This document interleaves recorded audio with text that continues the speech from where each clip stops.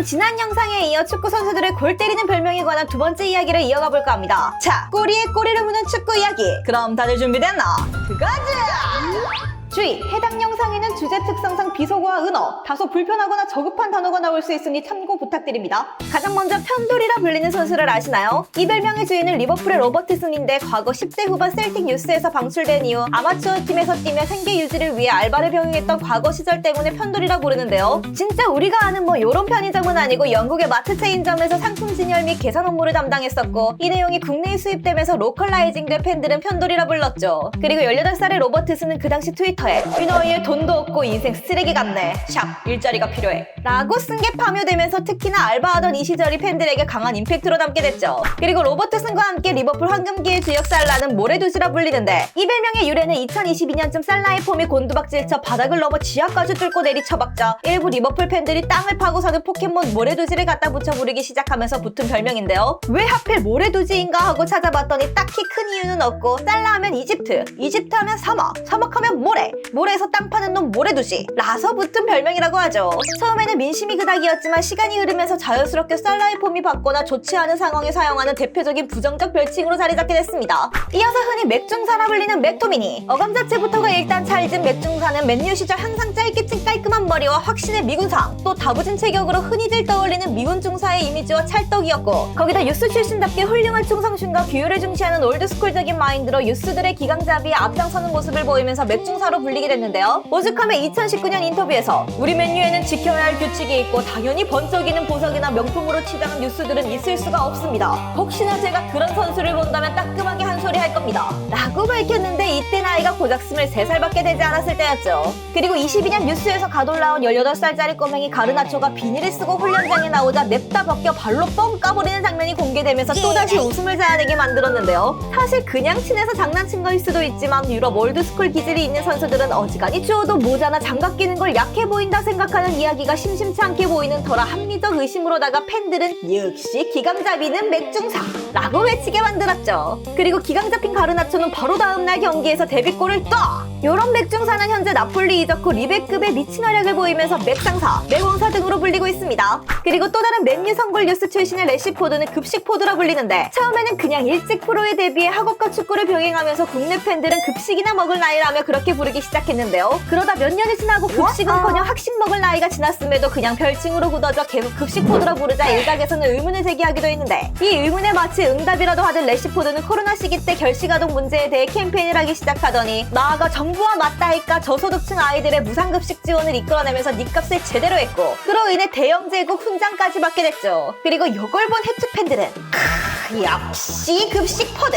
그리고 예전 맨유의 한 시대를 책임졌던 루니는 루축으로 불리는데, 요건 한때 축구 최대 커뮤니티였던 아이러브 사커에서 유래된 별명으로 2011년 한 유저가 댓글에 호날두는 골을 넣고 메시는 드리블을 하며 골을 넣고 루니는 축구를 한다 라며 루니를 매호에 꼽사리 끼웠는데요. 물론 루니가 훌륭한 선수임에는 틀림없지만 마치 메날도는 그냥 골만 넣고 루니가 진정한 축구를 한다라는 듯 올려치기 하는 터무니없는 댓글에 다수의 해축 팬들은 의의가 없었고, 이 주옥같은 댓글을 호골매드 루축이라 줄여 루니빠와 루니를 놀리기 시작했는데요. 그러면서 앞에 건 날리고 자연스럽게 루니를 부를 때 흔히들 루축이라 부르게 됐죠. 근데 재밌는 게 처음에는 비꼬기 위한 용도로 쓰였으나 오랜 시간이 지나 현재 호골매드 루축이라는 의미가 희석된 걸 넘어 거의 변질돼 진짜 그 뜻을 가진 줄 알고 전성기 루니의 대단함을 대변하는 별명으로 사용되는 경우를 종종 찾아볼 수 있습니다. 이어서 시티에서 활약했던 마레즈는 장갑으로 불리는데, 그 이유가 항상 시즌 개막하고 애매한 폼을 보이다 찬바람 슬 불기 시작하면서 마레즈가 장갑을 끼고 나올 때가 되면 희한하게 좋은 모습을 보여 팬들은 장갑이 분투라는 드립을 쳤는데요. 그러다 나중에는 그냥 귀찮으니까 마레즈를 장갑이라 부르게 됐죠. 근데 재밌는 게 원래 마레즈가 기복이 좀 있는 스타일이긴 하지만 실제로 장갑을 끼고 나온 날과 안 낀 날의 차이를 보이면서 어느 순간부터는 요게 토테미즘의 영역으로 발전했고, 팬들은 마레즈가 나올 때 장갑 마레즈인지 안 낀 마레즈인지가 초미의 관심사가 됐는데요. 덕분에 팀을 떠난 지 3년이 다 돼가는 현재에도 찬바람 불고 경기력이 답답할 때면 장갑 마레즈를 그리워하는 시티 팬들이 나올 지경이죠. 그리고 아스날에는 아감이라고 불리는 선수가 있는데, 그건 바로 카이 하베르츠. 대체 아감이랑 무슨 상관이 있나 싶어서 찾아봤더니 웃을 때 입 옆에 여러 주름이 생기는 게 마치 아감이 같다고 붙여진 별명. 이어서 같은 아스날 소속 마르티넬리의 별명 7개를 아시나요? 보통 측면에서 경기에서 무의미하게 볼을 끌면서 템포를 잡아먹는 선수들에게 꽃게질한다라고 하지 않습니까? 근데 마르티넬리는 특이하게도 해축 팬들에게 꽃게가 아닌 칠개라는 별명을 하사받았는데 요 유래는 시간을 거슬러 22년 아스날 갤러리의 한 글에서 시작됐죠. 이글스미는 최근 바닷가를 다녀와 칠개를 보고 마르티넬리와 공통점을 찾았다고 하면서 1. 개체수가 많아 흔하게 볼 수 있다.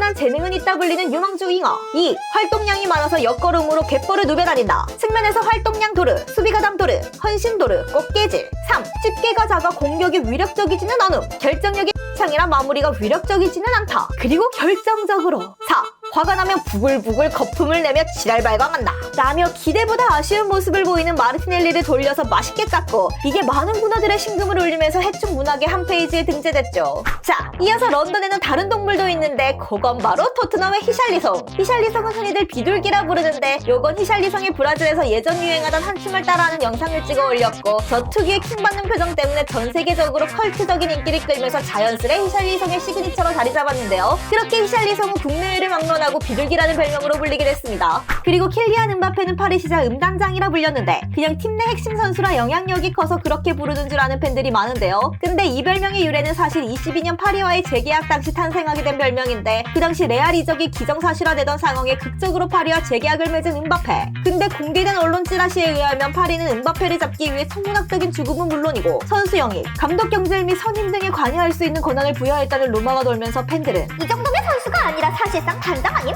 이라는 반응과 함께 음단장이라는 별명이 스멀스멀 나오게 됐는데요. 초반에는 음바페의 무지막지해진 영향력과 파리의 구단 운영을 비꼬기 위해 주로 쓰이다가 이후에는 의미가 좀 희석됐고 혹시나 파리 다른 선수가 실수라도 하면 누구누구 방출각, 음단장 심기 불편.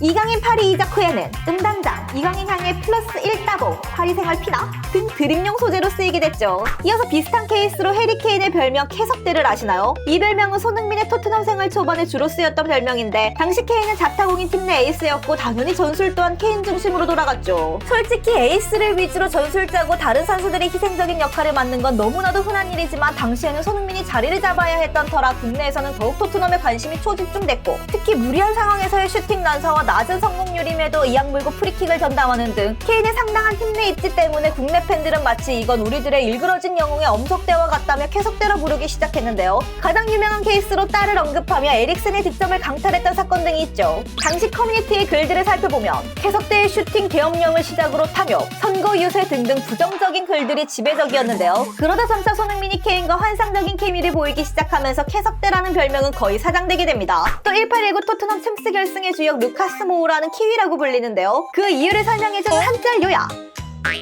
이어서 토트넘의 솔랑키는 일본 애니 덕후로 씹덕해라 불리는데 SNS에는 하루가 멀다 하고 애니짤이 올라오며 득점 후에는 항상 일본 애니와 관련된 세레머니를 펼치고 기칼 무한 성편이 개봉하자 친한 선수들을 불러 모아 개인 시사회를 열 정도로 대단한 덕력을 보이기도 했죠.